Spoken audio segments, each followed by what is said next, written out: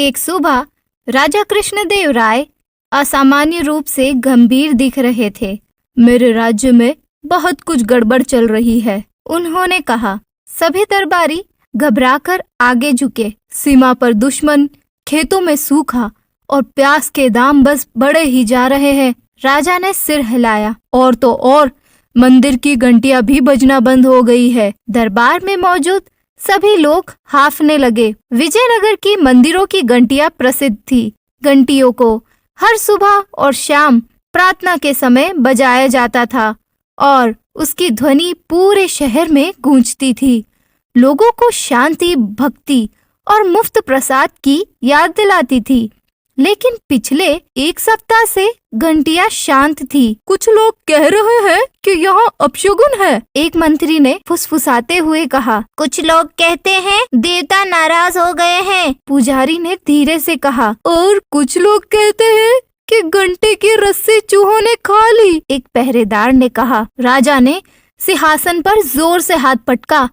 मैं चाहता हूँ कि मंदिर की घंटियां फिर से बजना शुरू हो जाए। जो भी इस रहस्य को सुलझाएगा उसे मैं इनाम दूंगा। स्वाभाविक रूप से सभी दरबारियों की निगाह तेनालीराम की ओर मुड़ी, जो अपने नाक पर लड्डू संतुलित करने में व्यस्त था। क्या? अरे घंटियां?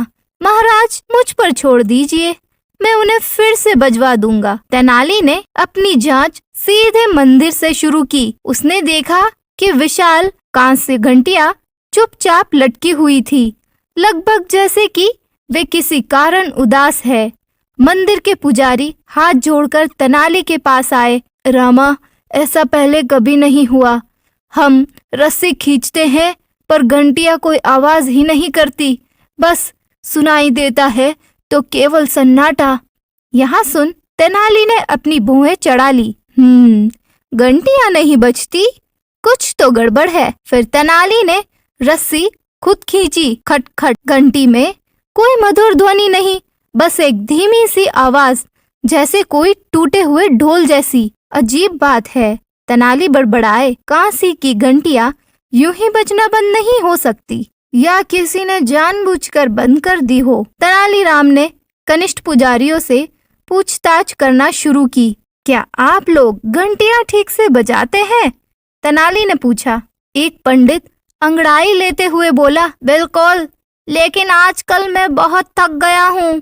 रस्सी खींचते खींचते मेरे तो हाथ दुखने लगे। दूसरा पंडित बड़बड़ाते हुए बोला, और सच कहूँ तो जब हम जोर जोर से घंटी बजाते हैं तो भी कोई ज्यादा दान नहीं करता है, तो फिर घंटी बजाना या ना बजाना, इससे क्या ही फर्क पड़ता है? तेनाली ने अपनी किताब में लिखा, संभावित कारण पुजारी का आलस्य। लेकिन जब तेनाली ने खुद से घंटियों की जांच की तो उसे एहसास हुआ कि घंटियां ना बजने की समस्या पुजारियों के कम कोशिश से संबंधित नहीं थी। घंटियां सचमुच बहुत धीमी आवाज से बज रही थी। जब तेनाली मंदिर से बाहर आया तो उसने बच्चों के एक समूह को खिलखिलाते हुए देखा। इतनी क्या मजाक की बात है? उसने पूछा। एक लड़के ने जवाब दिया, चाचा, हमें मंदिर की घंटियां बहुत पसंद है, लेकिन पिछले हफ्ते हमने अपने कानों में रुई ठूस ली थी ताकि हम जान सके कि देवता अब भी हमारी आवाज सुन पाते हैं कि नहीं। और एक लड़की ने कहा, हाँ, हो सकता है कि हमने कुछ रुई कहीं और भी भर दी हो। तेनाली की आंखें चौड़ी हो गई। कहीं और? उसके दिमाग में कुछ सूझा। घंटियों की तरह सभी बच्चे मासूमियत से सीटी बजा रहे थे। तभी तेनाली घंटाघर पर चढ़ गया। विशाल घंटी के खोखले हिस्से में उसे रुई नहीं बल्कि मिट्टी और भूसा मिला। किसी ने घंटियों को पूरी तरह ठूस दिया था, जिससे वह पूरी तरह हिल नहीं पा रही थी और इस कारण उनकी आवाज धीमी हो गई थी।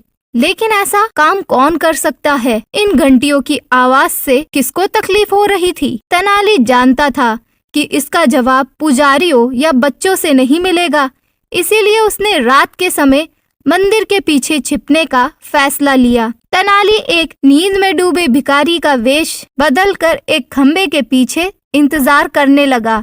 आधी रात को तेनाली ने कदमों की आहट सुनी। 3 आदमी घास की टोकरियां लेकर घंटाघर की ओर जा रहे थे। उन्होंने सूखी घास और कुछ मिट्टी को सावधानी से घंटियों के अंदर भरना शुरू कर दिया। ओह, तेनाली फुसफुसाए। अपराधी? लेकिन क्यों? वह नाटकीय ढंग से उछल पड़ा। वहीं रुको, खामोश अपराधियों। तीनों अपराधी दंग रह गए और घास हर जगह गिरने लगी। कौन हो तुम लोग और ये सभी क्यों कर रहे हो? तेनाली ने पूछा। अपराधी तेनाली के पैरों पर गिर पड़े। हमें माफ कर दीजिए साहब, हम महल के घोड़ों के रखवाले हैं। तेनाली ने पलकें झपकाई। घोड़ों के रखवाले? मंदिर की घंटियों से तुम्हारा क्या ताल्लुक है? एक आदमी हकलाता हुआ बोला। हमारे घोड़े हर सुबह घंटियां जोर से बजने पर डर जाते हैं। वे खाना नहीं खाते, उछल कूद मचाते हैं और इससे हम ठीक से सो नहीं पा रहे हैं और महाराज घोड़ों की सेहत खो रहे हैं। इसीलिए हमने उन्हें शांत करने के लिए घंटियां बजने से ही रोक दिया। अगली सुबह तेनाली ने घोड़ों के रखवालों को दरबार में घसीटते हुए लाए और राजा उन पर गरजे। अरे मूर्ख, तुमने घोड़ों के लिए देवताओं की घंटियों की आवाज बंद कर दी। घोड़ों के रखवाले कांप उठे। हमें माफ कर दीजिए महाराज, हमारा परमात्मा को कोई अपमान करने का इरादा नहीं था। दरबारी फुसफुसाए। पुजारियों ने अपना सिर हिलाया और कोने में बैठा तोता चिल्लाया, घंटी नहीं, घंटी नहीं। लेकिन तेनाली ने हाथ उठाया। रुको महाराज, हमें उन्हें कड़ी सजा नहीं देनी चाहिए। उन्होंने तो बस घोड़ों की रक्षा करने के लिए कोशिश की थी। असली समस्या यह है कि अस्तबल के पास घंटियां बहुत जोर से बजती है। राजा ने भौएं चढ़ाई। तो हम क्या कर सकते हैं? तेनाली मुस्कुराए। बस हम सुबह की प्रार्थना थोड़ी देर बाद करते हैं, जब घोड़े चढ़ने के लिए बाहर निकल चुके हों। इस तरह घंटियां आराम से बज सकेगी और घोड़ों को कोई परेशानी नहीं होगी। राजा ने तालियां बजाई। वाह तेनाली, तुम्हारा कोई जवाब नहीं। तुम्हारे इस सुझाव से तो देवता भी प्रसन्न होंगे, प्रजा प्रसन्न होगी और घोड़े बंदरों की तरह उछलना बंद कर देंगे। दरबार में मौजूद सभी दरबारी जोर से हंस पड़े। उस शाम घंटियां एक बार फिर बज उठी, वो भी बिल्कुल पहले की तरह, तेज और आनंदमय। उनकी ध्वनि विजयनगर में गूंज उठी और शहर में शांति और खुशी का माहौल छा गया और घोड़े शोर से दूर खुशी खुशी घास चर रहे थे। पुजारियों को राहत मिली, लोगों को खुशी हुई और बच्चों को खैर। वे निराश थे कि अब वे और शरारत नहीं कर सकते।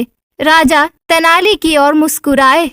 एक बार फिर तुमने एक रहस्य को क्रोध से नहीं बल्कि बुद्धि और संतुलन से सुलझाया है। तुमने हमें याद दिलाया है कि समाधान सबके लिए कारागर होना चाहिए, मनुष्य के लिए, देवताओं के लिए, यहाँ तक कि घोड़ों के लिए भी। तेनाली ने सिर झुकाकर कहा, महाराज, आखिरकार सामंजस्य ही सबसे मधुर ध्वनि है। इस कहानी से हमें यह सीख मिलती है कि जब किसी समस्या का सामना करें तो ऐसा समाधान ढूंढे जो सभी की जरूरतों को पूरा कर सके। सच्चा ज्ञान सामंजस्य में है, बल में नहीं। या जैसे तेनालीराम ने कहा, मंदिर की घंटियों से कभी मत लड़ो, इससे तुम्हारे कान ही बजेंगे। और अगर कहानी अच्छी लगी हो तो इसे लाइक करें और नए हैं तो इस चैनल को सब्सक्राइब करें।